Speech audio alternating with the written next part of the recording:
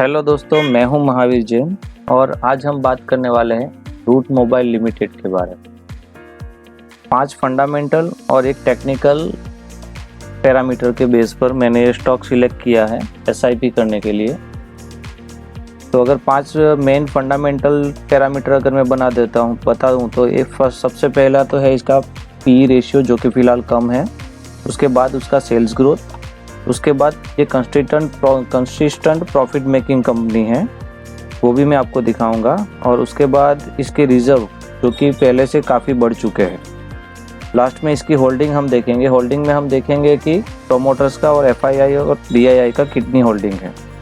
और लास्ट में जो छठा टूल है उसको मैंने टेक्निकल बेस पर लिया हुआ है, जिससे कि फंडामेंटल और टेक्निकल दोनों चीज़ यूज़ करके हम आराम से इसके अंदर एसआईपी करते हुए अच्छा खासा प्रॉफिट बना सकते हैं। तो चलिए शुरू करते हैं। तो सबसे पहले मैं बताता हूँ इसके 5 फंडामेंटल रीज़न जिसकी वजह से मैंने ये स्टॉक एसआईपी के लिए सिलेक्ट किया है। तो सबसे पहला रीज़न है इसका 5 साल का पी। तो अगर मैं आपको इसके चार्ट के ऊपर ले जाऊँ और यहाँ पर हम पी रेशियो वाले चार्ट में चले जाएंगे।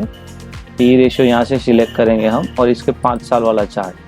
तो अगर हम देखेंगे तो 5 साल पहले जब ये लॉन्च हुआ था तब ये 93 के पीई पर ट्रेड कर रहा था और उसके बाद लगातार इसका पीई गिरता हुआ यहाँ पर नीचे आया हुआ है और फिलहाल ये 36.4 के पीई पर ट्रेड करता हुआ दिख रहा है। अगर हम पिछले जो भी ये लास्ट पीरियड है उसका हम एवरेज निकालें तो जो एवरेज है वो लगभग 59.2 के आसपास आ रही है। ये देखिए यहाँ पे हमें मेडन पीई बता रहा है, इसका एवरेज पीई है वो लगभग 60 के आसपास है और फिलहाल ये स्टॉक हमें 36 के पीई के ऊपर ट्रेड करता हुआ मिल रहा है। इस हिसाब से पीई के हिसाब से एकदम सही दाम पे हम इसके अंदर एसआईपी करना स्टार्ट कर रहे हैं, ऐसा हम चाहे तो बोल सकते हैं। वही सेकंड चीज़ की बात करें तो इसका सेल्स ग्रोथ। तो सेल्स ग्रोथ के हिसाब से मैं आपको बता देता हूँ। तो ये देखिए यहाँ पर इसका सेल्स ग्रोथ है ये पूरा। अगर मैं मार्क करके आपको बताऊँ, मार्किंग ले लेता हूँ मैं।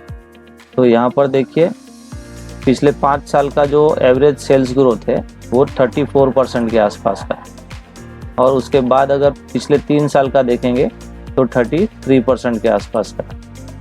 और टिल टू मंथ करंट का अगर सेल्स ग्रोथ देखेंगे तो काफ़ी बड़ा हुआ है 77% के आसपास। यानी सेल्स के हिसाब से ये कंपनी अपना ग्रोथ अच्छा और बढ़िया तरीके से हमको दिखा रही है। दूसरी अगर हम चीज़ देखेंगे तो इसका प्रॉफिट ग्रोथ, जो कि इसका तीसरा मेन पॉइंट है। तो कंसिस्टेंट प्रॉफिट मेकिंग कंपनी है। यहाँ पर अगर हम जाके देखेंगे इसके प्रॉफिट और लॉस वाले अकाउंट में तो 2016 में अगर हम देखेंगे तो 2016 में ये कंपनी ने 63 करोड़ का नेट प्रॉफिट बताया हुआ था, ये देखिए यहाँ पर। और उसके बाद 2017 में 61 करोड़, 2018 में 48 करोड़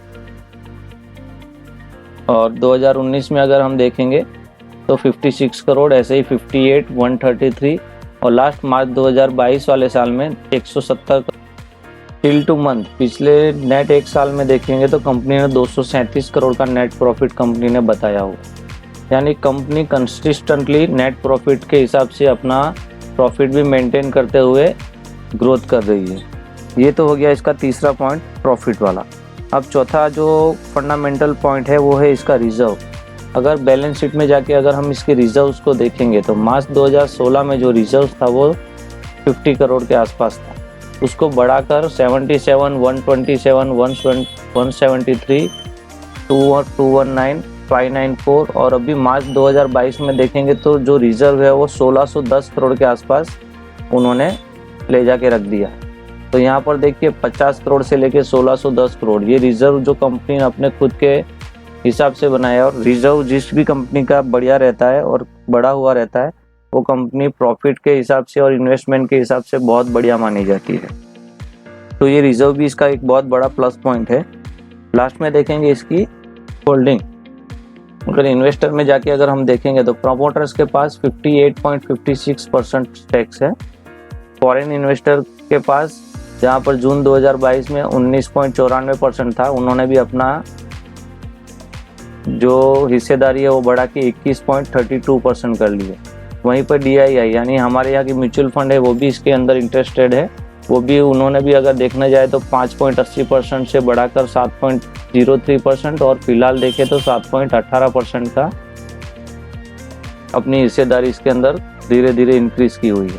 तो पब्लिक के पास ये देखिए 12.94% हिस्सेदारी है सिर्फ। और पब्लिक के पास में भी अगर हम अंदर प्लस में जाके देखेंगे तो अंदर सारा का सारा रिटेल पब्लिक के पास ही है, कोई इंडिविजुअल इन्वेस्टर इसके अंदर नहीं है। इसलिए इन्वेस्टर के हिसाब से भी ये कंपनी का जो शेयर होल्डिंग पैटर्न है वो एकदम राइट है, उसमें भी कोई दिक्कत नहीं दिख रही है। अब सबसे बड़ी बात है कि ये तो सारे हो गए है इसके फंडामेंटल पॉइंट, हम देखेंगे इसका एक टेक्निकल पॉइंट। टेक्निकल पॉइंट के लिए हम इसके चार्ट में जाएंगे और इसका प्राइस वाला चार्ट ओपन करेंगे। तो ये देखिए, ये जो ब्लैक वाली लाइन है ये 200 DMA की लाइन है, और जब भी कोई स्टॉक 200 DMA के नीचे अगर है और फंडामेंटली अगर वो स्ट्रॉन्ग स्टॉक है तो आप इसके अंदर SIP करके अच्छा खासा पैसा बना सकते। तो जब तक ये 200 DMA के नीचे मिल रहा है, आप इसके अंदर धीरे धीरे अपना पैसा इन्वेस्ट करते जाइए, हर महीने या हर 3 महीने या 2 महीने, जब तक ये स्टॉक नीचे की तरफ रहता है थोड़ा थोड़ा इन्वेस्ट करते जाइए। और जब भी आपको लगे कि मेरे को अच्छा खासा प्रॉफिट हो रहा है तब आप चाहे तो इसमें से एग्जिट कर सकते हैं। तो दोस्तों, लॉन्ग टर्म SIP के लिए मैं ऐसे ही बढ़िया बढ़िया स्टॉक लाता रहता हूँ। अगर आपको वीडियो अच्छा लगा हो तो प्लीज़ लाइक कीजिएगा, शेयर कीजिएगा और सब्सक्राइब करना मत भूलिएगा। लास्ट में आपको एक चीज़ बता देना चाहता हूँ कि ये सिर्फ एक एजुकेशनल पर्पस के हिसाब से वीडियो बनाया हुआ है। किसी भी तरह का फाइनेंशियल डिसीजन लेने से पहले अपने फाइनेंशियल एडवाइज़र की सलाह ज़रूर ले लें। Thank you so much.